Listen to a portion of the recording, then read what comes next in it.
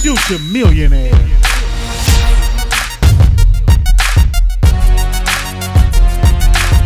And come get rich with us. You gon' eat or you gon' starve.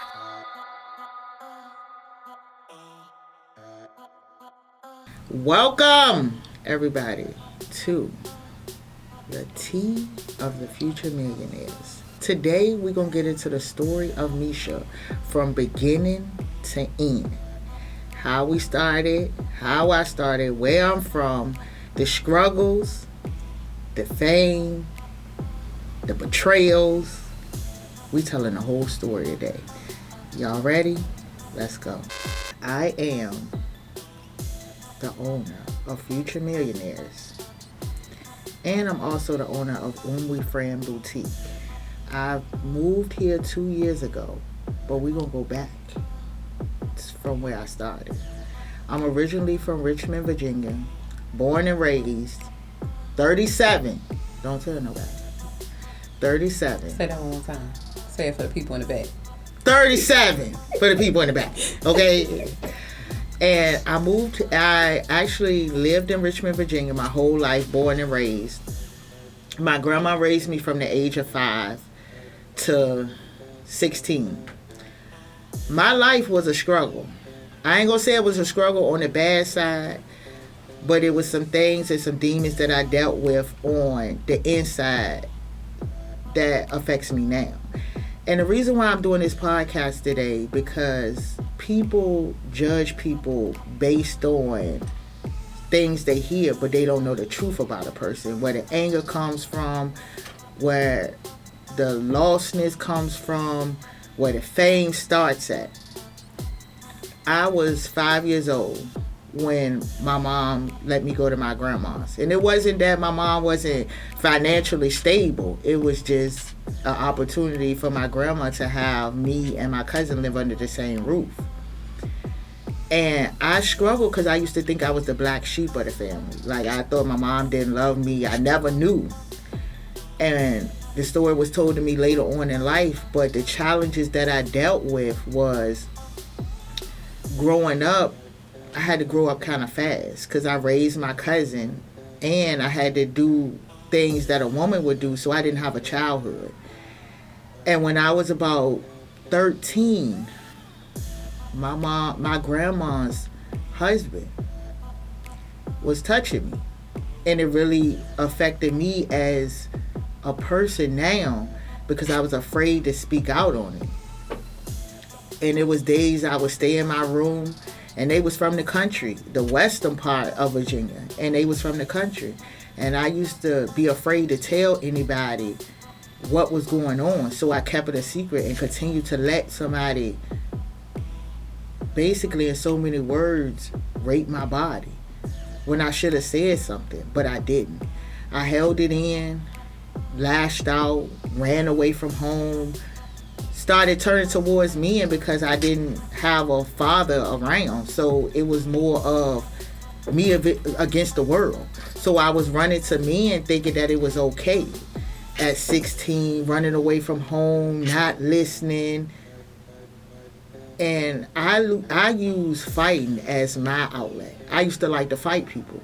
And that was my outlet because I had a lot of anger built up because I didn't have a mom and a dad in the same household. It was undivided. I was living with my grandma. I didn't know where to go. My sister was with my mom, but I didn't know what it was about me, why she didn't want me.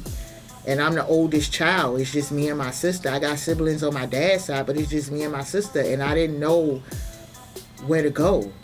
So I was trying to figure out what I did wrong as a child to have to be placed here. I ran away. I liked the older men, so I talked to older men. At the time, I thought it was okay, but it's not okay. And I can remember I was a sophomore in high school, and I ain't gonna lie, I used to like the motherfucking gossip about motherfuckers. Three-way was my shit. It was my shit. I ain't gonna lie to you. I'm keeping it. Today is unfiltered. That was my shit. And I used to talk about people because I knew could nobody beat me. So I want to talk about your ass. and didn't realize who was on the other side. Just tell me you didn't talk about some people. Hell yeah. You didn't talk about some people. We didn't have what the generation have now. So I'm talking about people. Never knew what could happen. I had a good friend in school. She got sick. Go to school. The bitches wanted to jump me. And it led to me getting out of school. And this story today, me and my grandma still talk about. I was walking home from school. Anybody that's our age, Josh, you know about the CD player. Mm-hmm. I had my CD player on, got off the school bus. Bitches started jumping out trees. Like, literally, like, jumping out trees and wanting to attack. The first thing in my mind was to run. I ran in the house, got a fucking knife. Like, I'm like, fuck this. You ain't gonna, it's too many of y'all. I can't beat all y'all asses. I could beat a couple, but I can't beat you all. So I got a knife. Came back outside. Good thing one of my neighbors was at home because my grandma worked a 12-hour shift in a factory. So she wasn't home. And I went outside, I started fighting the girl, jumped on top of her, and the knife. The neighbor came and got the knife. But what if that neighbor, when they came and got the knife? I wouldn't be here today to tell this story to anybody because I probably would be locked up. Mm-hmm. And I realized right then and there, my anger wasn't with people, like, because when you gossip about people, you got to deal with what comes along with that territory and gossiping. Like, we do this a lot. We gossip, and it is nothing now. If you got kids, anybody that got kids, you should know that. But now it's more intense because they got social media. They got all these forms of communication. That's where bullying comes into play. Mm-hmm. And I went to school, called my grandma because the bus driver seen me. She seen me, like, seen me with the knife. She watching it. And I had to go to school the next day, and the principal called me, and they called my grandma, and they told my grandma, like, they would have to suspend me. I'm like, well, it didn't happen at school. I was always raised, if it ain't happened on school grounds, you good. Mm-hmm. Not in this case. They suspended me from school. I couldn't go back. And I fell into, like, a real depression for him. I was sitting at home. I was on 130 pounds. Nice shape. And I just sat at home depressed because I didn't understand what was going on. So I had no choice but to go live with my mom. At this point, I'm 16. It's basically half of my life is gone. 2 years before you turn an adult, I go live with my mom. I went there, didn't have any friends. She lived in Northern Virginia, which was Washington, like close on the Washington, D.C. side, 15 minutes away from D.C. I went there not knowing nobody. I still wanted to go back to Virginia. So I would go back on the weekends, but I had to go back there. My grandma would come pick me up. I still would have to go back to go to school. I started having sex. And that's when it started when I was there. And my oldest daughter came along. It wasn't that I was afraid to do it, but it was like I was pressured. Trying to keep up with everybody else. I want to be the cool person, doing stuff, disrespecting my mom. Never knew when it get down the line to the rest of this story how it affect me now. And I used to disrespect my mom. When I turned 18, I was like, oh, I know what the hell going on. Cussing my mom, I want to fight. And it wasn't the right thing to do. I should have been respecting my mom. But I came out of a family, all we did was we could argue, fuss, and fight. Somebody else come do it, everybody ready to get beat up. And I didn't have the love. I don't even thinking back to it, my grandma ever told me she loved me. Like, never. Like, that wasn't a word that was used strongly in my household. Like, I can't even remember that word even being used. Like, I love you, give me a hug. It was never that. It was like, motherfucker, bitch, clean up. Fuck you, bitch. I mean, and I'm being real, that's all that was used. That's what it is in the black community, though, nowadays. Yeah. To be honest. Yeah, that's all you use. Fuck you, bitch. You never listen. Like, and I was one of those people. And I felt like, with my mom, like, when I went to go live with her, I felt like I ain't have to listen. Because I'm like, fuck you. Like, who the fuck you? You ain't raised me. Like, my grandma raised me. That's the only person I knew. From 5 all the way up to 16, it's challenging. I went through that challenge, went to school, had my daughter, went to school, and I was a fucking loose cannon. I went to Howard University. It goes down. That's all I'm going to say. In D.C., that shit goes down. I was having sex, meeting dudes, and it was like people from everywhere. It's like Atlanta. It's like nobody's from there. So I was just doing stuff to people, and I ain't give a fuck. Like, I ain't care. Like, fuck you, nigga. You just the only next nigga I can move on. I can, like, it's no problem. But it was a problem. It was a problem with self. Because it was like, I ain't have a fuck. Like, I ain't care about nobody. I just cared about myself. I ain't care about nobody else and they feelings. And I done affected a lot of people. Like, I ain't realized how much fucked up shit I did to people. Just like, I'm like, damn, like, I did that. Like, that was fucked up. And I had somebody reach out to me that I used to talk to. I think I told you about it. I damn fucked up. Like, for real, just like I'm thinking about, like, I did that nigga fucked up. Like, I beat my ass too if I did that shit. Like, for real, like, I'm keeping it real. And I'm like, damn, like, you a fucked up motherfucker. So I started getting into shit. I went back home with my mom. It was like seeing my mom, like, struggle with stuff. Like, I wasn't used to fucking getting up and not having fucking lights on. I came from my grandma named Player. Credit was like A1. We never went without cable, lights. You had shoes, you had clothes. But when you get to that other side, a motherfucker don't know. Like, you don't know. I go home, you gotta fucking see if the light on. Or you go in the bathroom, let me see. You know, you done went through that shit coming from New York. You know, like, you go home, you like, let me see, is the phone fucking working? Because it won't no cell phones. Let me see if the phone working. You come home, big ass notice, eviction notice. Eviction notice? My grandma had a house. That was her house. I'm like, damn, it's real. And I went to my mom, and what could she do? She was a single parent. I ain't gonna lie, my dad's a fucking junkie. Like a junkie.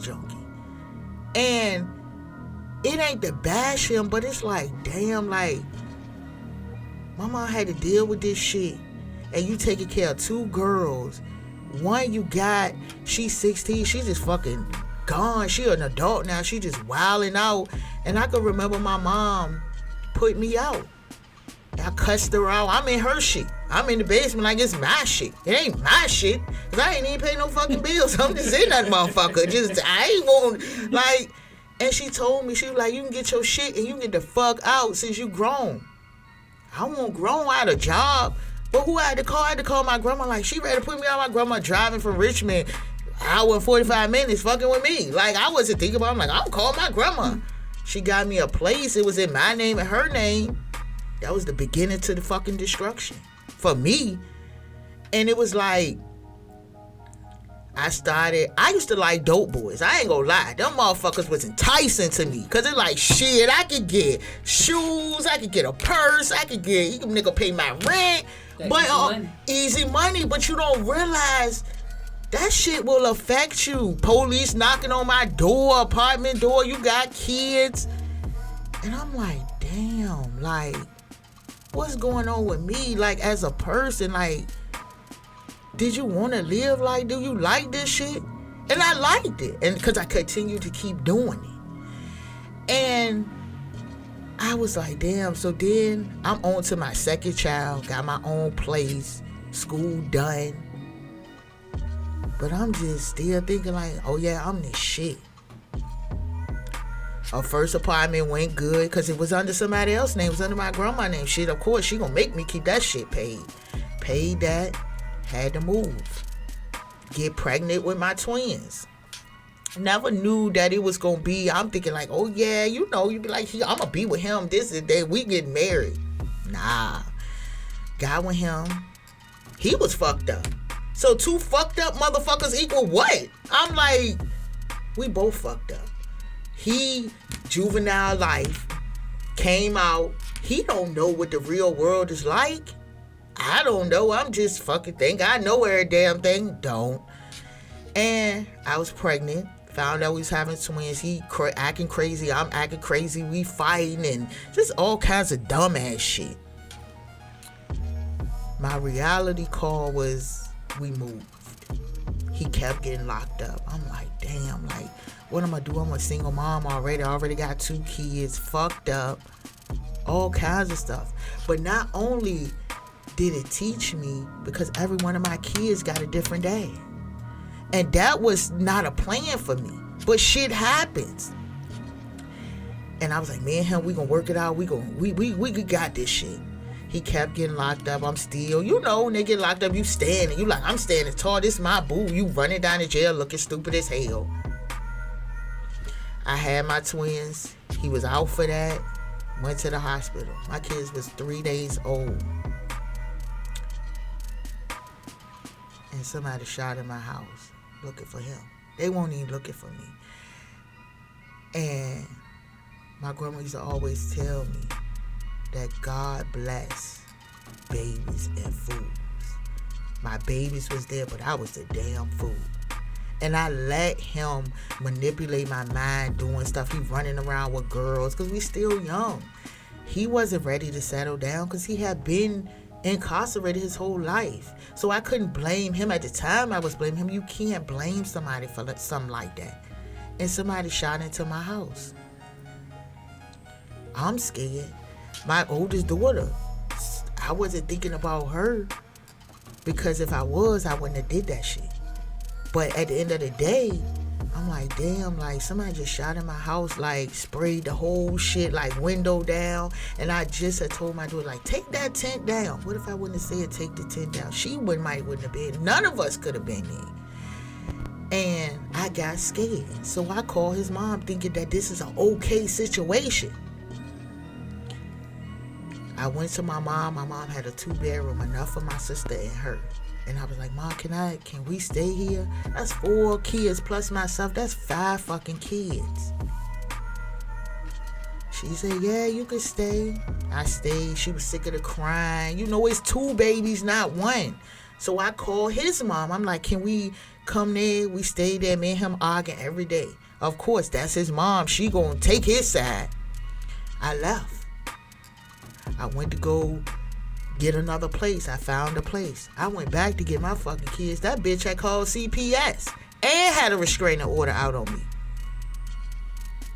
What I do? Like, fuck it. Like, I ain't got no backbone. I call my family. It's like, I ain't got no room. I'm helping this person. I'm like, what other choice you got but to leave them there? So I still had my other 2. Ended up getting another place, just moving from place to place, not being stable. And I went and had my other 2. We went and got a place. I kept allowing him to come back and do shit. He messing with this girl, messing with that girl. I'm fighting girls, throwing just cans and stuff through people's windows and car windows and stuff, because I'm hurt because of him. And my drawing board was I said, I gotta let him go. I let him go. We still was messing around, thought it was okay. I was seeing my mom like, you better leave his ass alone. I'm thinking I know her, like, I'm doing everything, going to hotels with him, not telling people because I'm in fucking denial. Instead of telling people like, man, I need fucking help. Like, I need help. Somebody help me. I ain't say that. I thought I was doing what I do. Move somewhere, rent $1,600. It's expensive to live there. People don't realize the more you go, the more you go up north, the higher you get $1,600. I know damn well my little 2 $8 jobs, I couldn't pay fucking $1,600. He like, I'ma help you. Couldn't help me. Got put out. I started seeing the eviction notice. That's what I'm saying. The cycle fucking repeating itself. I had to go back with my mom. And before I went there, my oldest daughter, I was having a mental breakthrough, but to me, I thought it was just, I ain't want to be a parent. Like, I ain't had no life. I just want to be run free, fuck niggas, run with niggas, do whatever the fuck I want to do. And I wasn't thinking about her. So I called her dad. I was like, hey, I can't do this. And he told me, he said, bring my daughter here. I took her, dropped her off at his mom's house. His grandma called me and she said, Meesha, I'll take her. And I said, all right. So I let her go. Never thinking like before this, like I was a good parent. I was doing what I was supposed to do. But my mental state was fucked up. I got put out the place. What I had to do, go back with my mom. Went with my mom. That's when it all hell broke loose. I'm working. Always had a good job, but I started doing fucked up shit, like listening to other people. And it was like I didn't have a fucking mind of my own. So I'm using somebody else's mind. Like I'm listening to people like, do this, And the first thing that landed me, my first fucking charge, was a fucking eviction notice. We ain't had the money to pay the rent. What I say? Oh, well, I got a bank account. Not knowing what the fuck is going to happen to me when I do this. I ain't rationally thinking. I'm like, oh, well, I could go to the bank, write a check, put it in there, take the money out, pay the rent, do this. And I did that. And I'm like, ooh, this $1,000. I'm going to do this shit again. Nope. They came looking for my black ass. And I didn't know to run, what the fuck to do. And when I got in that fucking jail cell, and a detective asked me, how did you learn how to do this? You too young to know how to do this. I ain't gonna tell on nobody because I ain't no fucking snitch. I'm gonna take that shit and eat it. And I did that. Why? Because I had to, who was gonna give us the money? You know what I'm saying? This is a repeated cycle. You can't keep going back to the same person asking my grandma, like, hey, can we get this? She like, damn, I just gave y'all $3,000, paid the rent up. Y'all still back to this shit? So I felt like I had to do it. And it landed me my first felony charge. And people don't realize that that affects you. Then I had to deal with that. After that, I just kept doing dumb shit. I moved back to Richmond. That was like 2008. I tried to move back, go back. I started fucking with another nigga that sold drugs. I'm like, oh, he like, I'm gonna put you in the house. And I had drove from Richmond to fucking here. This nigga was out here partying. He like, oh, I'm like, oh, he got this, that, and went to his house. I'm in his fucking trap house. Not realizing, not thinking about my fucking kids because they somewhere else. I'm gonna fucking go drive out here. I had a fucking Tahoe. I took my last fucking check and drove the fuck out here. Dumbass. Drove out here, thought it was okay. Get back. He like, well, we gonna get our own spot. We had a house. I ain't had nothing to worry about. I ain't pay no bills. I ain't say nothing. He buy me cars. I'm like, shit, this is life. That motherfucker wanted the life when the motherfucking feds came looking. And he like calling me, cussing me out. And it was like, damn, bitch, you just keep doing shit. Not knowing that I still had pending charges, that I done did shit, wrote checks, did this, did that. That they fucking looking for me. They was fucking looking for me. He tells me, like, the police came here looking for you. No, bitch. No, they came looking for you. That's the shit I said. No, nigga, they looking for you. They ain't looking for me. They looking for your bitch ass. He like, no, they looking for you, bitch. And I started fucking with my neighbor while I was fucking with him. Get pregnant, last kid. I was sick. I was 5.5 months pregnant. And the fucking task force came looking for me. They came all the way from Richmond to look for me. I wanted to go to school, go back to school, get another degree. Was trying to do that, pregnant. Oh no. They came and picked me up. My mom tried to save me. We tried to go, and they pulled us over and they told me I had to go. And it was always my luck I couldn't go because I'll go in, I couldn't get a bond. I'm like, damn, like I can't get out. My mom had to do this, and they like, well, you've been in trouble before, and all this was accounted for. I eventually got out, and my mom came to my rescue like she always do. Came and got me out, and I started over again. I met somebody, and I'm like, okay, this can work. I had my youngest. I said, this can work. And her dad was a piece of shit. He was making, I'm for you. He's fucking bitches, doing stuff. Probably had a girlfriend. I didn't know. Like, I'm thinking like, it's all about me. It won't all about me. And I met somebody, I got with him, and I didn't marry for love. I married to help my situation. So I'm like, if I go in here and I go to the judge and I'm married, it'll change some stuff. I thought I loved the person, but I didn't know the person. I just married somebody just because, as I thought about it, like as I got older, I started thinking about it, like, I didn't love this person. I just married this person because it was convenient for me in my situation. It worked out. I got probation, came out of that. But we started fighting. It's like you try to be like, oh, you see stuff on social media, like you see somebody, you're like, oh, I want to be married because they married.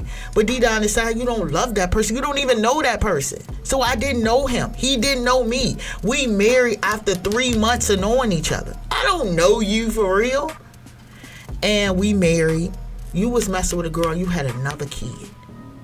So I had to let that go. Like, I really had to let it go. And I let it go.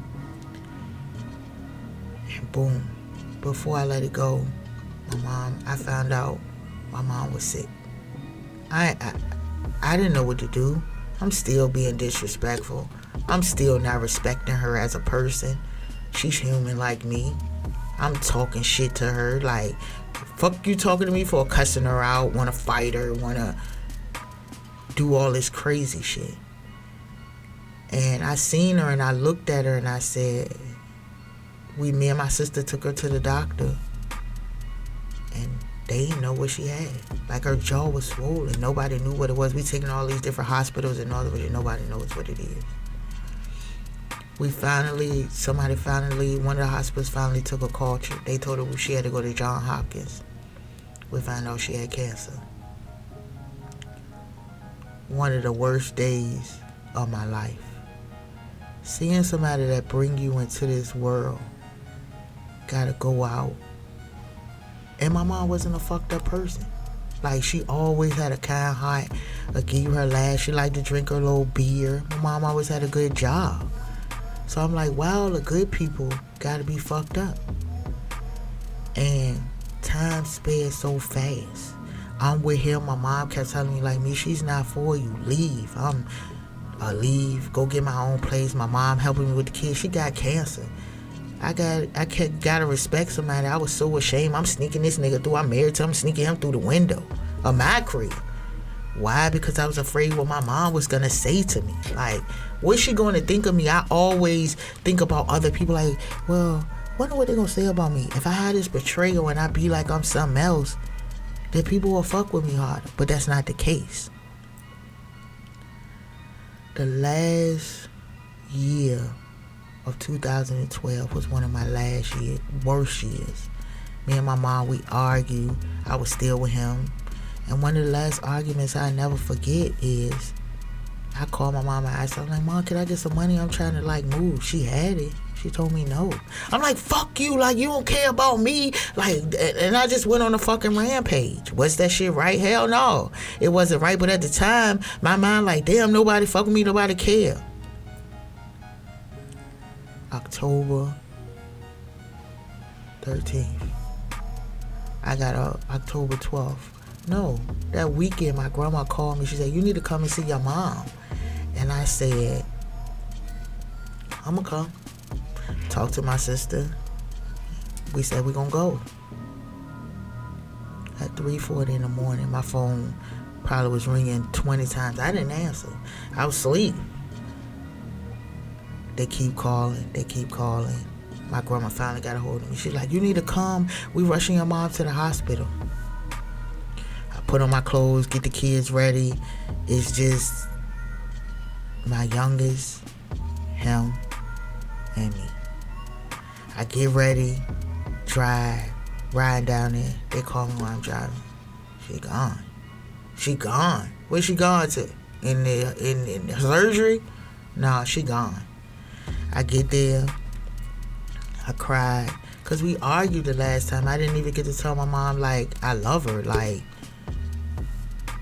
and she passed away. A lot of people did some fucked up shit to me, and I deserved it. Like, they was like, do you really deserve the money that your mom left? Hell no. I ain't deserve it. But it worked out that she left it to me. I stayed with this motherfucker. And he used me to the point that I ran through $80,000. The last bit of money I had was in his bank account, and he took that. I spent $10 to get a car. Didn't have a license at the time because I had fucking fines and fucking child support. What I do? Leave it to him thinking, oh, he loved me. That motherfucker used me. I left. I called my grandma. I didn't have nothing, just nothing but a fucking job. And I called my grandma. I'm crying on the phone. I'm like, I'm gonna kill myself if don't nobody come get me.